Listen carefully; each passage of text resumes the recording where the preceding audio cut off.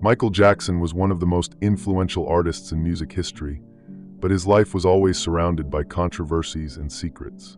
From conflicts with major record labels to his statements about manipulation in the entertainment industry, he seemed to be aware of something much bigger than mere contractual disputes. In the final years of his life, he began expressing concern for his safety, repeatedly stating that he was being pursued and that someone wanted to silence him. Shortly before his death, a document supposedly written by Michael Jackson himself surfaced, containing enigmatic statements about a dark plan against him. The letter quickly disappeared, and any mention of it was suppressed. But what did this document really say? And more importantly, did Michael Jackson know too much? Welcome to another night where mysteries never sleep. I am Midnight, and this is 7 Nights. Before we begin, I'd like to ask for your help. Like the video, comment, and subscribe to the channel.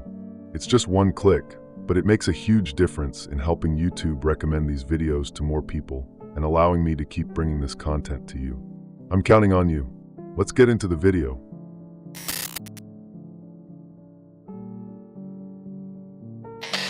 Shortly before his death, Michael Jackson wrote a letter that, according to close sources, was a cry for help. The contents of this document were never officially released, but the leaked excerpts suggest something disturbing. He claimed he was being pursued and feared that someone was trying to kill him. This letter quickly disappeared, and any mention of it was suppressed. But why would a simple piece of paper containing the words of a frightened artist cause such an uproar? Now, just imagine, one of the most famous men in the world, surrounded by security, fortune, and fans, yet still feeling the need to ask for help. Something was seriously wrong. Michael had expressed concern for his safety before, but this time, it seemed different. He even told friends and family that powerful people were against him, and that he no longer trusted anyone. If he was right, the letter could be proof that he knew something he shouldn't have. But what exactly did he discover? The mystery begins with the very disappearance of the document. After his death, rumors about this letter started circulating, but any attempt to confirm its existence was quickly silenced. Some sources claim that family members had access to it, but chose not to make it public. Other theories suggest it was confiscated by someone who wanted to prevent its disclosure. But if the letter had nothing significant in it, why did it simply vanish? Given this scenario, it's impossible not to question the reason behind the media's silence. When an artist of Michael Jackson's stature dies unexpectedly, every detail becomes a headline. However, this supposed letter was never a central topic in official investigations. No major news outlet took the time to investigate whether it really existed. Wouldn't it be natural for journalists worldwide to try to obtain a copy of such an enigmatic document? The only information available about the letter's contents comes from unverified leaks.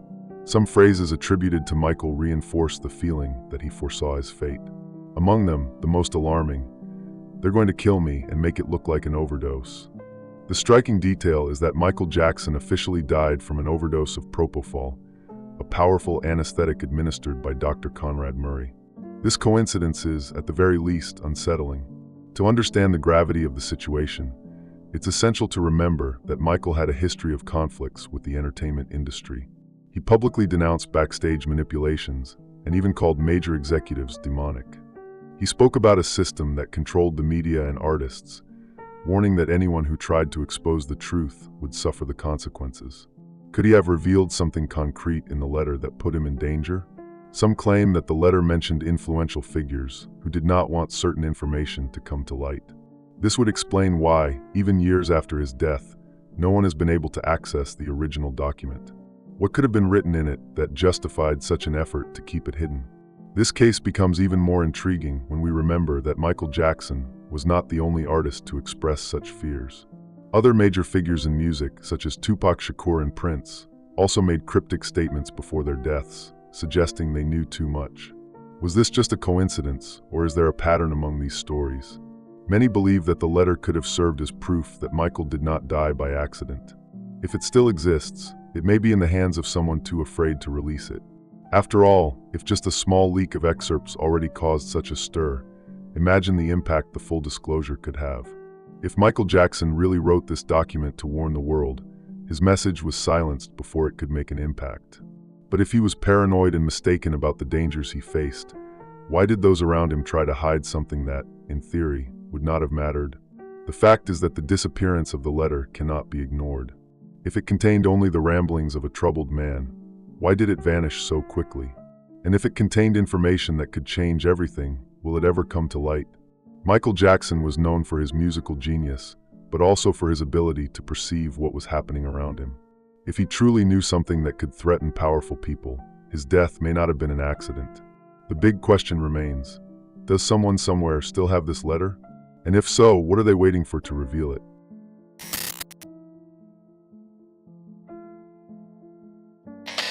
Michael Jackson was not just a pop star. He was one of the most influential artists in history, and throughout his career, had access to information that few could imagine. Surrounded by executives, politicians, and media moguls, he witnessed the inner workings of a billion-dollar industry and began questioning what was really happening behind the scenes. But how much did he really know? In the last years of his life, Michael started speaking more frequently about manipulation in the music industry. In a public speech, he made a direct accusation against Tommy Mottola, then president of Sony Music, calling him the devil himself. According to Michael, record labels not only exploited artists but also destroyed their careers when they were no longer useful. In an interview, he stated, "Artists are enslaved by the industry. Many of them die penniless because everything is taken from them. This has to change." He spoke with conviction, like someone who had seen a system far bigger than mere contractual disputes. Were his statements just personal grievances, or was he revealing something deeper? Michael's concern for his safety grew over the years. Close friends reported that he became increasingly distrustful, believing he was surrounded by people who wanted to harm him. In private conversations, he mentioned a group of powerful individuals within the industry who, according to him, controlled the media and silenced those who became a problem. In one of his most cryptic remarks, he said, "If something happens to me, know that it wasn't an accident." These words, spoken years before his death, sound even more disturbing today. But Michael's influence extended beyond music. He also showed interest in political and social issues, criticizing media manipulation and the control exercised over public opinion. In interviews, he spoke about how events were shaped to serve specific interests and how artists were used as pieces in a much larger game. Curiously, as he became more vocal about these topics, his public image began to deteriorate. During the 90s and 2000s, his life was marred by scandals and accusations that shattered his reputation. To many, this was a result of his own actions. But what if it was something more? What if what happened to him was part of a calculated effort to discredit him? Michael believed that the media was a powerful weapon, capable of both elevating a person and destroying them. In a speech, he said, "History can be rewritten. If a lie is told repeatedly, people will believe it. That's how they control everything." This theory may sound exaggerated, but what stands out is the sudden shift in narrative about him after his death. For years, the press destroyed his image. But when he passed away, his story was quickly reframed as that of a misunderstood genius. Did this change in discourse happen naturally, or was it part of a plan to shut down any questioning about his life and death? In the months leading up to his passing, Michael seemed to be preparing for something big.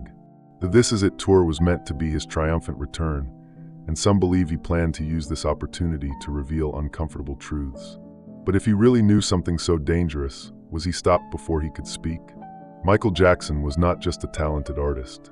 He was a man who understood the mechanisms of power and, over the years, began to recognize patterns that few perceived. Was he exaggerating, or did he truly try to warn the world about something that was never meant to come to light?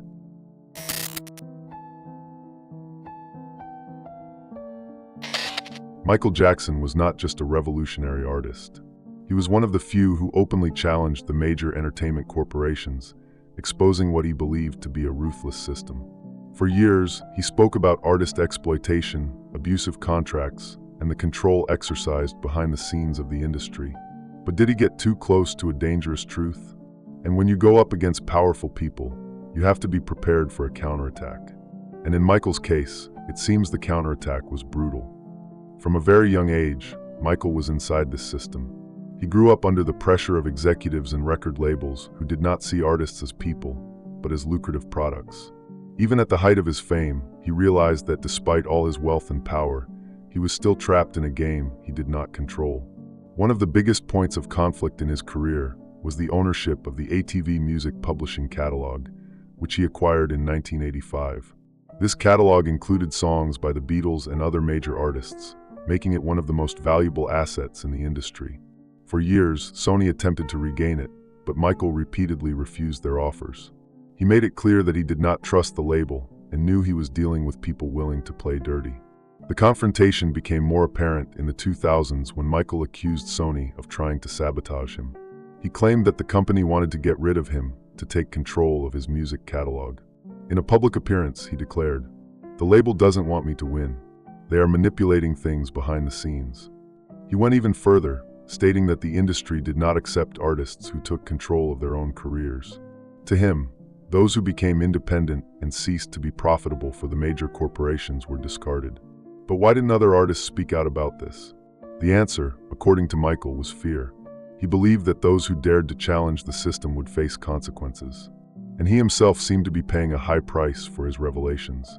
In the final years of his life, Michael spoke more and more about his frustration with the industry. He said he wanted to break free from the control of major record labels and take charge of his own career. But were those who ran the system willing to let him leave unscathed?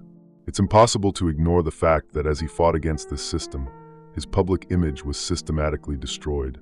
Scandals, accusations, and relentless media coverage turned Michael Jackson from an untouchable icon into a controversial figure.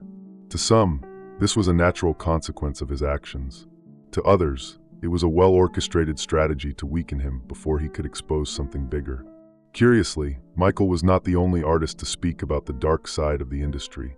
Other figures, such as Prince and Tupac Shakur, also made intriguing statements about a system that controlled the media and eliminated those who became a problem. Both died under suspicious circumstances.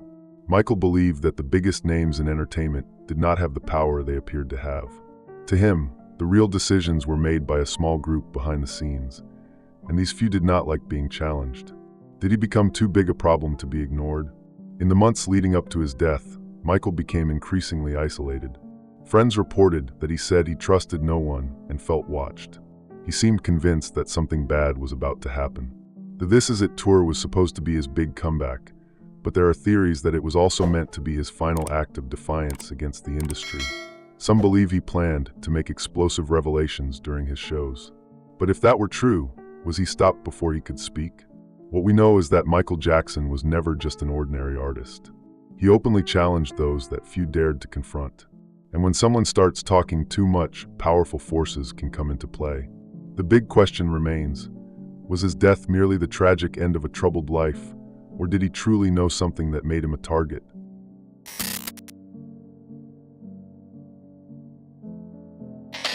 June 25, 2009, began like any other day at Michael Jackson's mansion in Holmby Hills, Los Angeles. He was in the midst of intense preparations for his highly anticipated This Is It tour, rehearsing for long hours and trying to regain his physical form for the shows. But that night, something happened, something that would forever change the history of music and raise questions that persist to this day. What really happened in the final hours of the King of Pop's life? According to official reports, Michael was exhausted that day. He had rehearsed late into the night before, returning home in the early hours of the morning. His personal doctor, Conrad Murray, was with him. According to Murray, Michael had trouble sleeping and was desperate for rest. But what could have been keeping such an experienced performer so restless? Michael Jackson's final moments were surrounded by contradictions. What we do know is that at some point that morning, he received a dose of propofol, a powerful anesthetic normally used only in hospitals under strict monitoring. Murray claimed he administered the substance to help him sleep, but left the room for a few minutes. When he returned, he found Michael unconscious, showing no signs of breathing.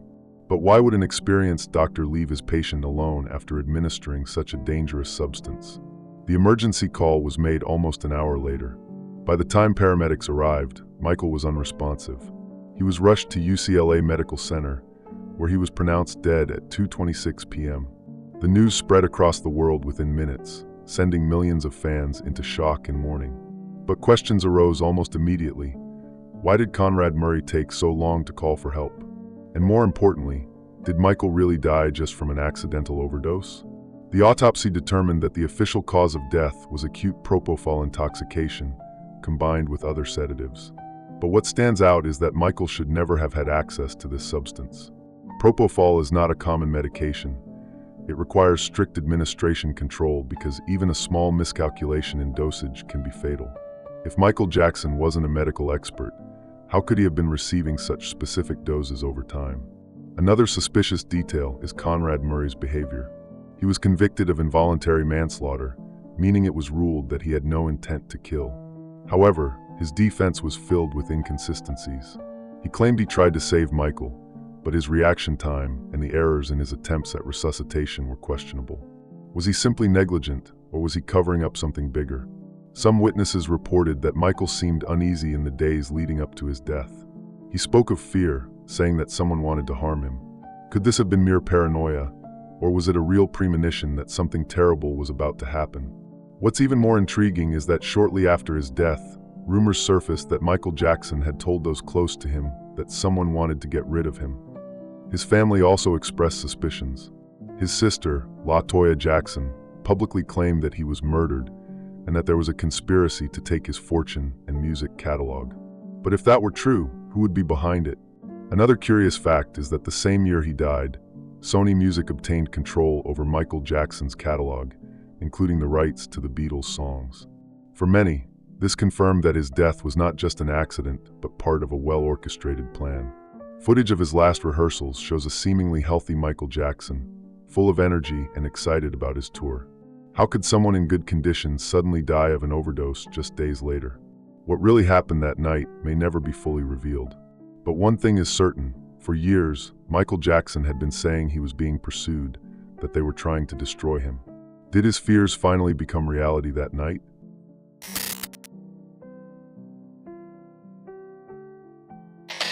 When news of Michael Jackson's death spread across the world, all attention turned to one name: Conrad Murray, the singer's personal doctor. It was he who administered the fatal dose of propofol, an extremely potent anesthetic that caused Michael's cardiac arrest. But the big question is, was Murray just a negligent doctor or part of something much bigger? But here's the real question: was it medical error or was it planned? Because negligence is one thing, being assigned to do the dirty work is another. From the beginning, his actions raised suspicion. He was a cardiologist, not an anesthesiologist, yet he regularly administered propofol to Michael to induce sleep, something that should never be done outside a hospital setting. The practice was highly dangerous, and according to medical experts, without proper monitoring, it could be fatal. Another strange detail was the delay in calling for help. According to investigations, Michael Jackson stopped breathing around 11:30 a.m., but the emergency call wasn't made until nearly an hour later. During that time, Murray reportedly tried to resuscitate him alone, without proper equipment and without performing the correct procedures. If he truly wanted to save Michael, why did he wait so long to call for help? Murray's behavior continued to raise doubts. When paramedics arrived, he initially failed to mention that he had administered propofol, revealing this crucial detail only later. This omission is significant. If emergency responders had known from the start that Michael was under the effects of an anesthetic, they might have attempted different life-saving techniques. Was this a mistake, or was he trying to cover something up? During the trial, Murray's defense tried to argue that Michael Jackson may have self-administered an extra dose of propofol. However, this theory was widely dismissed. Propofol is not an oral medication. It must be injected directly into the bloodstream and requires precise dosage control. Furthermore, it would have been impossible for Michael to inject himself and then collapse without time to react. Another puzzling factor was Conrad Murray's actions following the singer's death. He disappeared for a time, avoided public statements, and only spoke out when he was already under investigation. During court hearings, his testimonies were contradictory, leading many to believe that he was not telling the whole truth. The trial concluded that Murray was guilty of involuntary manslaughter, meaning it was determined that he had no intent to kill. His sentence was only 4 years in prison, and he served less than half of that time. To many, this punishment was far too lenient for someone who, at the very least, demonstrated extreme negligence. But what if he wasn't the only one responsible? The suspicion that Murray may have been just a pawn in a larger scheme has grown over the years. Michael's death benefited many powerful entities, including Sony Music, which, shortly afterward, secured control over his valuable music catalog. Even Michael's own family expressed doubts. His sister, LaToya Jackson, was among the first to publicly state that her brother was murdered and that Conrad Murray did not act alone. According to her, financial and corporate interests were at play, and Michael had been warning about this for a long time. If this theory holds any truth, then Murray may have been the perfect scapegoat, someone to take the fall and close the case without deeper questions being asked. Michael spent years saying he was being targeted and that they wanted to silence him. Not long after, he died under controversial circumstances at the hands of a doctor whose actions remain highly questionable. The lingering question is, was Conrad Murray simply an incompetent doctor who made a fatal mistake, or did he know more than he was willing to admit?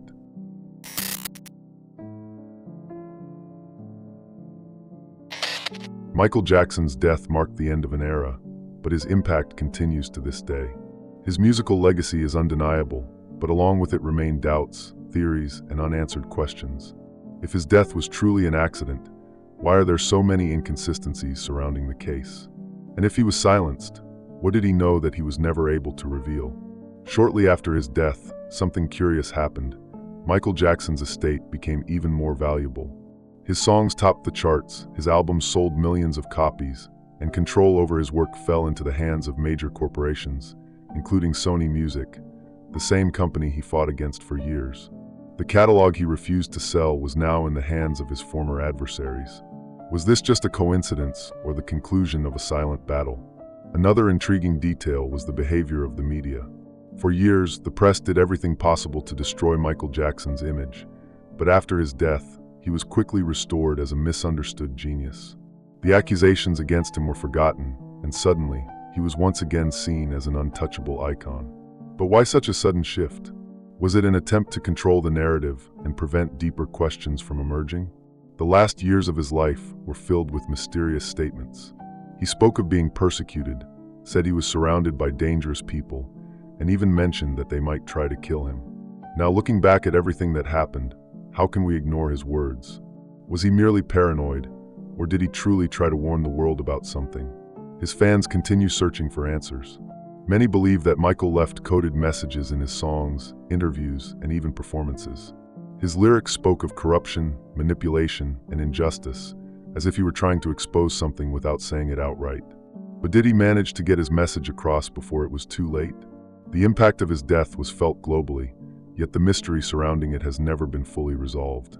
If Michael Jackson was the victim of a larger plan, the truth may never come to light.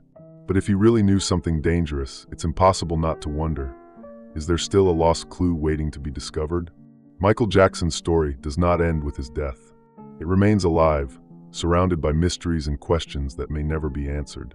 But one thing is certain, he tried to tell us something. The question is, are we paying attention? Michael Jackson's death left behind a trail of doubts that have never been completely clarified. From the missing letter to the inconsistencies in his medical treatment, every detail of this story only deepens the mystery. Accident, negligence, or conspiracy, the truth remains shrouded in shadows. His legacy endures, but the questions persist. If he truly knew something that could change everything, was that secret buried with him? Or will new revelations one day come to light, completing the puzzle? This story is just one piece, and one day, maybe you'll see the entire puzzle. If this made you think, subscribe and like the video. It helps the channel grow. Don't forget to share, because more voices mean more discoveries.